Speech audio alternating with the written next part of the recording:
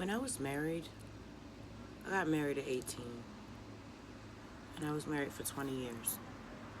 2 years ago, my ex-husband died. We had been divorced for a year before he passed. We had just both gotten out of rehab, and then he was dead a year later.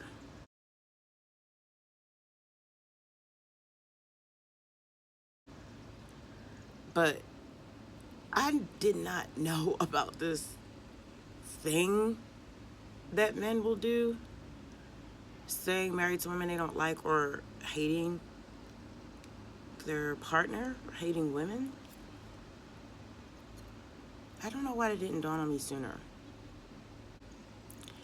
I know that when I got married, I lost my voice and I lost my freedom completely. And I just turned into his perfect vision instead of God's perfect vision. Like now I ask God and my ancestors what they want from me and basically who they want me to be. And I try to form myself in that image. I only want to be the best shining version of myself. Basically to impress God. It's not to impress a human. But when I was in that relationship with my ex-husband Ghost, he was my God. I ain't even gonna hold you. Like, I remember the day where I was walking down the street and we had been together maybe 6 months. And we were going through something because he had a lot of spiritual afflictions. He messed with dark magic and he was also like a predator and a murderer and a drug addict. So when you have spiritual afflictions and gifts and you take things like cocaine or heroin, that will drive you insane, especially if you got a bunch of bodies and you're being haunted constantly. And then you messing with dark magic. I guess he thought he was cool messing with them Africans over there doing voodoo spells, just doing all types of crazy stuff. And they were playing with a lot of low-level entities and that caused a lot of real-life problems. It was crazy. I'm talking about it was crazy. It was crazy. Being with him was crazy. Like, I loved him. And see, my love language is action. You can say whatever you want to me, but unless you're showing me and doing things that show that you love me, I don't believe that you do. And because of the things that he did to take care of me and to teach me and to mold me into a stronger person that was more methodical and logical than emotional, I know that he loves me. But the other side of the same hand, his ass was crazy. God. I should have known by the way that he treated his mother that he did not honor women. If I were ever to have another man again, he would have to be someone that puts his God and his family on high esteem. I want him to put himself on high esteem. My ex did not love himself. So many red flags. It should have been a red flag when he told me that he was stalking me, but instead I interpreted that as romantic. Girl. He did not like me to win. He did not like attention to be on me. And I'm not an attention seeking person. I wanted his attention. But when you shine, you shine. And I guess it's hard to outshine a star, but not when you the sun. And that's how I saw him, bigger than life. I saw him for everything amazing and strong and powerful that he was. Because I'm not gonna hold you, like, it didn't put me off when he told me he was a murderer. It really didn't. There's something about, I just believed I was safe with him. It made me feel safe with him. As long as you know how you to put your thug on reserve and be a necessary warrior, I saw that as noble. I saw him as a protector. I did not see all of his sides in the beginning. People are very, very good at hiding their true selves for a while. But it comes out. And when you live with people, you get to know them on such an intimate level and still not know them at all. Because as much as I thought I knew him, I'm still finding out stuff about him. Still. I was an open book. And I hate to admit it, but there were times where he knew me better than I knew myself, which is why it was easy for him to manipulate me. I have a tendency with people I love to believe what they show me and what they say, because why would I think there would be deception there? But I've learned to love differently. I've learned to love like this first and then bring them closer. Before, I used to just like this love. An absorbing of that other person and me being whatever they needed me to be. But that wasn't good for me. That was not good for me. It's a shame because it seems like everybody that I truly loved ended up hating me. My adopted mom hates me, and I really honestly don't even understand why. It's not like I did anything to her. She's done way more to me than I've ever done. The things that I've done were normal teenage stuff. Break curfew. I got pregnant when I was young. But isn't me getting pregnant at a young age more of a reflection of your lack of disciplinary ability? Like, you weren't there. She hates me. This guy that I used to rap with hates me because he fell in love with me, and I cannot stand him. I've never been able to stand him. And we ended up being friends, which is so weird, just because we had to work together so much, and I believe we were trauma bonded. But I've never liked him because he's full of ego, and he's just corny in a bad way.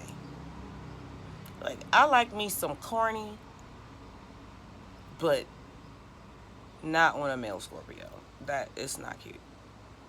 Especially not when you from DC. And my ex hated me. Even though I think, other than my kids, he's loved me, and still does, even in the astral realm, loved me more than anybody else in this world.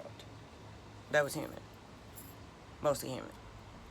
Because he was a vampire. And baby, that is a whole different story. Oh my gosh. Oh my gosh. Should have believed them. But people tell you who they are, believe them. If you can believe in Santa Claus, you can believe in vampires. You'll know it when your ass gets sucked dry of all your energy and goodness and health and youth. That is not a joke, baby. This man really hated me. He hated me for everything good that I was. Everything that I could do that he couldn't do, he took offense to it. My greatness made him feel inferior, but the crazy part was he was great as well. So I don't even understand the issue. It's like, why when he looked at himself, he couldn't see what I saw when I looked at him? Because when I looked at him, I saw a God, a demigod. You feel me? But like, if I was his wife and we belonged to each other, then why wouldn't my greatness make you feel fulfilled? Like, I wanted us to rule side by side. He wanted a throne to himself with me under his balls directly. Pregnant and barefoot. Baby, I'm more than just your wife. I'm more than just a woman. What do you mean? I have a purpose here outside of just having your kids. That man had me pregnant every 2 years. And even though we sat there and planned to have a big family, we planned to have 7. Knowing what I know now and looking back, it's like, so you were trying to keep me trapped? That's okay, because these kids were born out of love. I love my kids. Like, more than anything. And I'm glad that I have them to pour into. But if I did have a man, let me tell you what, that would be the perfect wife. I tried to be the perfect wife to him. I'm talking about some vacuuming in heels, making breakfast, cooking everything from scratch. Always make it, like, I would get my hair braided every month. I ain't gonna wear. I was a housewife. But I had eyeliner on, walking around the house with designer dresses on, with bleach stains because I was cleaning. That's the type of wife that I was. I gave massages. The house was always spotless. I really actually, like, raised my kids. Like, taught them how to read, taught them how to write, had them in all types of programs. Like, we were doing the thing. I was on the damn neighborhood board. Matter of fact, we have recycle bins in our city. You know why we have recycle bins in our city? Because I was on a board, wrote up a proposal for a recycle program, sent it to the city council, and got it approved. That's the type of mom I was. The type of wife, housewife, with all her dreams on the shelf. And this is all the while shelving my college career. I had left college for this man. He actually got me kicked out because I had to stay in my dorm. And I had also stopped my music career for him. Like, I had an opportunity, multiple opportunities to sign record deals, but I was always pregnant and I wouldn't agree to get on birth control or none of that. So they didn't want to deal with me. And thank God, because I would have been a whole demon in the music industry. So I'm glad that life worked out the way that it did, even though it hurt a lot. I've been through a lot. I like my pain. It's become a part of my identity. Honestly, it drives me. It drives me. Have you met people, or can you relate to not having a passion? Which, by the way, sometimes some people, they're not here to have a passion. They're just here to enjoy life and be themselves and influence others with happiness or authenticity. Sometimes you're here just to be an inspiration. So if you don't have a passion, you don't need to really like force it. Just enjoy life. Honestly, the more that I'm in these esoteric books and the Gnostic Gospels and all of that, a lot of it is talking about being joy based and just enjoying life, not being caught up in a rat race. That's a human made construct, for this fear matrix, this control matrix. They want you to be the gerbil on the wheel in the box. Even though that gerbil is a freaking genius, it don't know, because it's just, I gotta get, I gotta get, I gotta get. And that's like how you're programmed. When really it's, you need to be, you need to be, you need to be. And that, you need to be in the Word, because that's where I'm getting all this information from. So regardless of what you believe as far as religion, there's a lot of knowledge about how to operate in this world just as a being. It's just advice. Who don't want good advice? I know that the 3 out of the 6 children that I bore him, I still have under my roof. The other 3 are more like their dad, and that's the role they've chosen to play. But the 3 that I have are just like me. Their heart.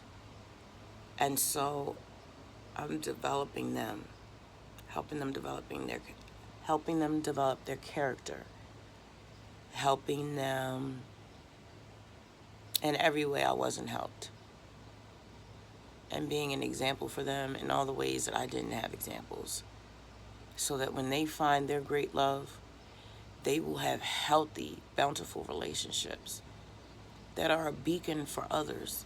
Because when I was growing up, I just saw toxic relationships. But mine aren't going to be like that.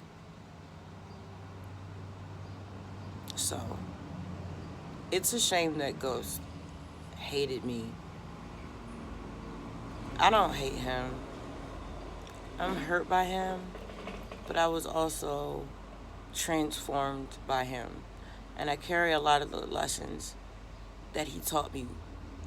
And I am a better mom because of him as well. Because a lot of times I couldn't come from my feminine mind dealing with the boys. They needed a dad. And so I parented from his brain, even though he was gone. I did and said the things that I knew he would approve of or do or say with his sons, and it worked. Because had I gone the mom route, I might have been too soft or not logical enough. So I've been able to absorb his logic and his strength and his cunning. He taught me how to be manipulative. He taught me the benefits of my dark side, and I've learned how to incorporate that. I'm currently learning how to incorporate that. And it's making me a more balanced person. Walk the middle way, as they say. I believe the Buddhists say this, to walk the middle way. I'm still learning. Jesus studied Buddhism. I'm studying everything he studied. You know what I'm saying? I'm trying to be a high level being. I'm so much more than human. So much more than animal, so much more than spirit. So much more. I want to be so much more. I love you. I appreciate you spending the morning here with me. I appreciate you taking this healing journey with me. It's not easy to change. It's not easy to accept truths when they paint a deviant picture. But I'm here for the truth. I can handle it. And I'm going to turn it into something beautiful that we can all benefit from. I love you so much. And I'll catch you in the next episode.